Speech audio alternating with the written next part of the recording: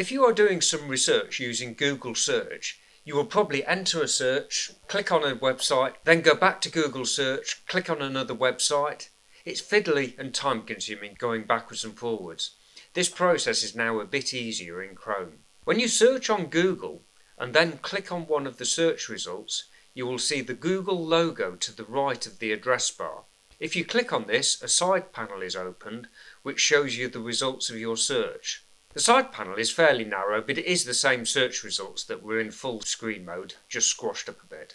You can scroll up and down the results, and if you click on a website, then it will be shown in the main screen. There is also the menu bar at the top of the results. This side panel is the same side panel that is used for the reading list and for bookmarks. So you can also turn the side panel on and off by clicking the side panel button to the right of the address bar. Within the side panel, you can click on the drop-down list to control if the side panel shows reading list, bookmarks, or the search panel. The search panel is only available if the tab has got a Google search in the history for the tab.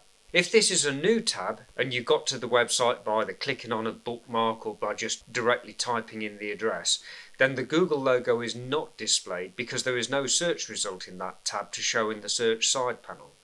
It's also worth noting that my testing of this feature for the video showed that the search panel only works if you have got Google set as your default search engine and also use Google to do the search.